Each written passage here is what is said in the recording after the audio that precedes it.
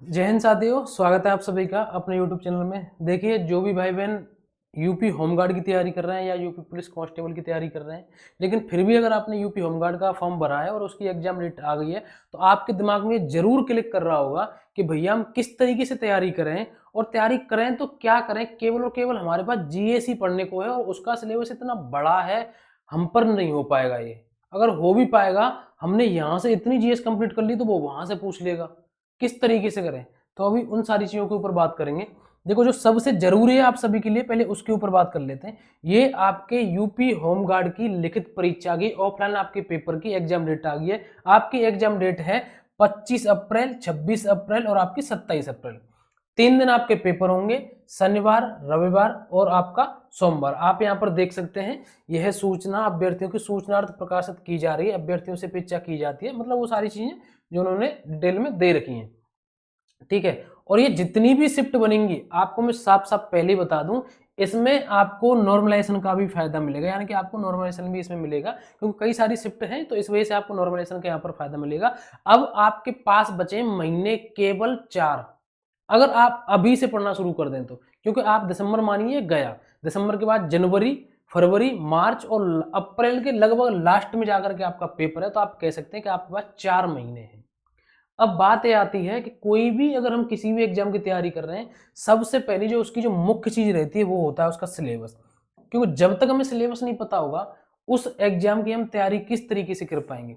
तो अगर हम इसके सिलेबस की बात करें, और केवल मैं ही बात नहीं करूं, अगर आपको इसमें सिलेक्शन लेना है तो आपको इसके सिलेक्शन से बहुत अच्छे तरीके से रूबरू होना पड़ेगा। और उन भाई साहब या कोई भी बहन के दिमाग में ये हो कि होमगार्ड की वैकेंसी है, इसमें तो किसी ने फॉर्म नहीं भरा, इसमें तो सिलेक्शन आसानी से हो जाएगा, तो एक बात बता रहा हूं कि आपके दिमाग से इस वाले वहम को तो कतई निकाल देना।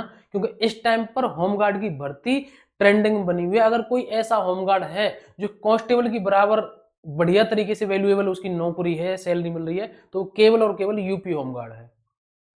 और केवल कोई ऐसा होमगार्ड जिस राज्य में जो उस तर्ज पर भर्ती हो रही है जिस तरीके से जैसे कांस्टेबल की या पुलिस की वैकेंसी होती है, तो वो भी यूपी होमगार्ड ही है।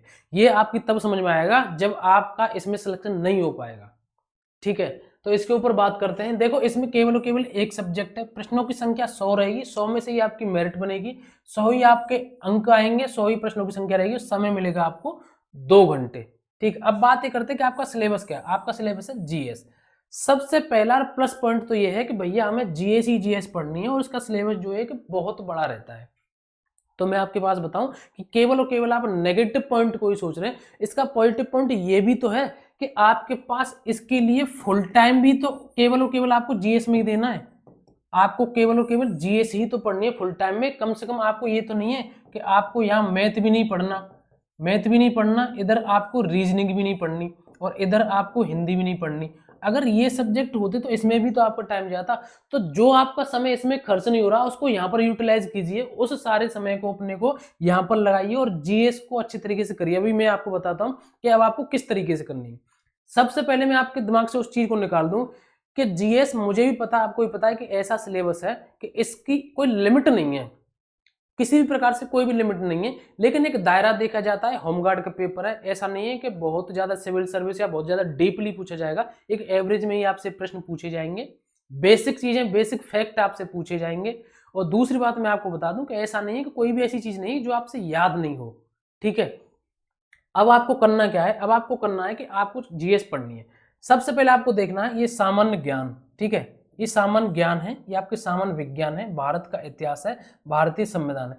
आपको क्या करना है, बिल्कुल इस सिलेबस को अपने हाथ से किसी एक पेज पर लिख लीजिए। उससे क्या होता है कि हमारी मेमोरी में लिखने में और देखने में बहुत अंतर है, हमारे दिमाग में एक एक चीज बिल्कुल फिक्स रहेगी कि देखो ये सामान्य विज्ञान, इतिहास, संविधान, जो इकोनॉमिक और ये आपका, इन सारी चीजों को तो भूलेंगे नहीं आप। लेकिन जो चीजें नीचे हैं, जैसे कि आपका महत्वपूर्ण सम्मेलन, इन समारोह, सोशल मीडिया, कम्युनिकेशन, इससे संबंधित कोई भी अगर आप टॉपिक पढ़ेंगे तो आपके दिमाग में, अगर आपको सिलेबस याद होगा तो तुरंत आएगा, अरे यार मुझे तो ये तो सोशल मीडिया से संबंधित टॉपिक है, इससे तो मेरे प्रश्न आ सकते हैं, सम्मेलन समारोह से आ सकते हैं, अनुसंधान एवं खोज से आ सकते हैं, समसामयिक विषय राष्ट्रीय एवं अंतरराष्ट्रीय संगठन से आ सकते हैं, पड़ोसी देशों से आ सकते हैं। तो इसलिए आपको सिलेबस याद रहना चाहिए। और सिलेबस में आपको क्या करना है, जैसे आपको क्या करना है, जैसे कि भारत का इतिहास है, तो इतिहास का बेसिक से स्टार्ट कीजिए और बेसिक से धीरे धीरे आगे बढ़ते जाइए।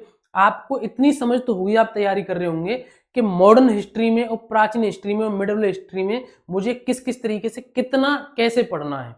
और आपको ऐसा नहीं है कि आप पॉलिटी के लिए, जैसे कि यहाँ पर संविधान है तो पॉलिटी के लिए केवल अलग से लक्ष्मीकांत ले आए, नहीं भैया, वो सिविल सर्विस अलग से लेवल आता है उसका, उसके लिए है। अगर आपके पास लूसेंट है और अगर आपने कहीं से बैच परचेज कर लिया है तो आपके लिए सफिशियंट है। और साथ में अगर आप टेक्स्ट बुक से कहीं से भी टेस्ट लगा रहे हैं तो वो सबसे बढ़िया रहेगा आपके लिए। बस ये है कि आप बार बार रिवीजन करना और इसमें ये टिक करते जाना कि मैंने अपनी इकोनॉमी कंप्लीट कर ली, मैंने अपनी इकोनॉमी कंप्लीट कर ली। या हो सकता है आपने कहीं से कोई बैच ले रखा हो, आपने कहीं से कोई बैच ले रखा है और उसमें उन्होंने इकोनॉमी कंप्लीट करा दी, या यूपीजी के यूपी की शिक्षा संस्कृति सामाजिक प्रथाओं के संबंध में ये सारे टॉपिक क्लियर करा दिए, तो इस पर टिक लगाइए अपने सिलेबस में कि ये मेरा हो गया, ये मेरा हो गया। तो आपके दिमाग में ये चीज रिमाइंड करेंगी कि जिन जिन पर टिक लग रहे हैं ये तो मेरी कंप्लीट हो गई है। अभी मेरे भारत और उसके पड़ोसी देश रह गए, अभी मेरे अंतर्राष्ट्रीय संगठन रह गए, यहाँ से आपके मानवाधिकार मुझे पढ़ने के लिए रह गया है।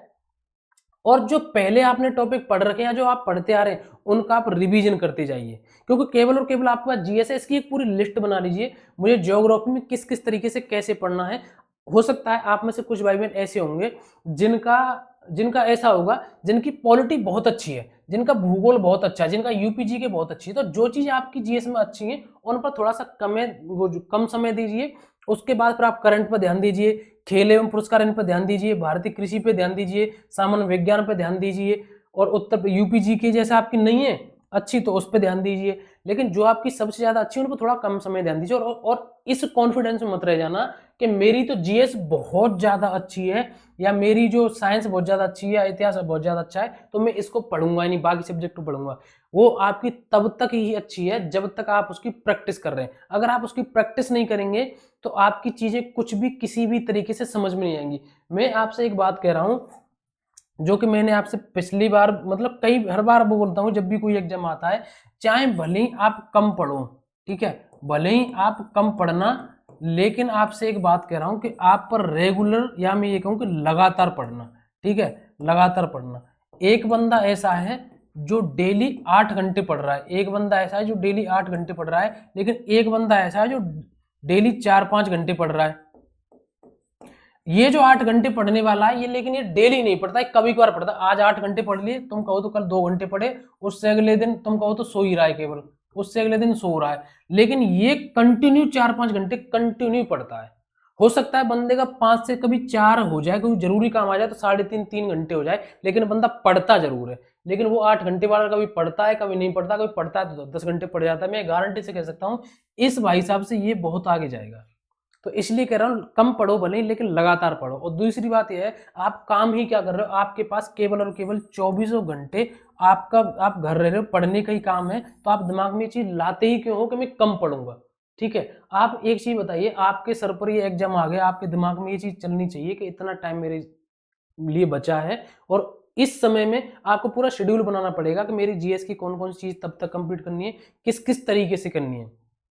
ठीक है, तो इस हिसाब से आपको पढ़ना है, डरना बिल्कुल भी नहीं है किसी भी तरीके से। अगर जीएस हार्ड आएगी या जीएस थोड़ी सी इधर उधर से प्रश्न आएंगे तो ये समझ लेना उस टाइम पर नेगेटिव पॉइंट तो ये हो सकता है आपका कि अब मैं क्या करूंगा, हाय मैं तो मर गया, अब मेरा कैसे होगा, क्या होगा, पेपर पता नहीं कैसे आएगा। बस मैं आपसे इतना कह रहा हूँ, जो पेपर टफ आता है वो सबके लिए आता है, अकेले के लिए नहीं आता। ठीक है, और जिसने बिल्कुल भी पढ़ाई नहीं करी उसे तो टफ लगेगा ही लगेगा। तो इसलिए अपनी आज से और अभी से तैयारी करिए। मैं आपसे इतना बता रहा हूँ बस कि होमगार्ड की वैकेंसी इस बार बहुत अच्छी है, और आप तब पता लगेगा आपको जब आपके जान पहचान वाले आसपास वाले वो भी सिलेक्शन ले लेंगे, जो आपसे ये कह रहे थे कि इस होमगार्ड में, यूपी होमगार्ड में फॉर्म मत बनना, यूपी होमगार्ड की नौकरी तो बहुत छोटी और बेकार है। जब आपके सामने वो सिलेक्शन लेंगे तब आपको पता लगेगा कि ये नौकरी किस लायक थी, और कैसे कैसे इसमें अच्छी अच्छी तैयारी करने वाले भी इसमें फॉर्म भर रहे हैं। क्योंकि यार हमारे जो ऊपर जो बेरोजगारी का एक जो प्रश्न चिन्ह लगा हुआ है वो हट जाएगा, अपनी सैलरी आएगी, वर्दी पहनने को मिलेगी, घर से नौकरी करने को मिलेगी, और सबसे अच्छी बात घर में रह करके अपनी अच्छी तरीके से पढ़ाई, घर में रहना मिलेगा, खाने की कोई समस्या नहीं, किराया किसी को देना नहीं कमरे का। कांस्टेबल से भी बहुत बेहतर रहोगे आप, मैं सच बता रहा हूँ। अगर इस मामले में कहूँ तो मैं, घर और खाने के मामले में, पढ़ाई के मामले में। ठीक है, उसके बाद भले ही आप कांस्टेबल की तैयारी करना, यूपीएसआई करना, किसी भी एग्जाम की तैयारी करना, बस अगर आपने इसमें फॉर्म भरा है तो इसको अच्छे तरीके से पढ़ाई करिए। अगर आप कांस्टेबल की तैयारी कर रहे हैं तो कांस्टेबल के लिए भी अच्छे तरीके से तैयारी करिए। यूपी पुलिस की कितनी सारी वैकेंसी आ गई आप सभी को पता है, ठीक है। तो ये सारी जानकारी थी। और भी आपका किसी भी प्रकार से कोई डाउट आप कमेंट करके बताइए। टेलीग्राम से जरूर जुड़ जाना। टेलीग्राम की जो लिंक है मैंने डिस्क्रिप्शन में दे दी, कोई अपडेट होते हैं वहां बता देता हूँ। तो आज के लिए बस इतना ही। चैनल को जरूर सब्सक्राइब करना, वीडियो को लाइक कर देना। अब मिलेंगे नेक्स्ट वीडियो में। कोई भी आपका डाउट हो किसी भी प्रकार से, मैं आपके हमेशा हर एग्जाम में साथ रहता हूँ। कोई भी डाउट रहता है आप कमेंट करके जरूर बता देना। आज के लिए बस इतना ही। मिलेंगे नेक्स्ट वीडियो में। जय हिंद, नमस्कार, राम राम।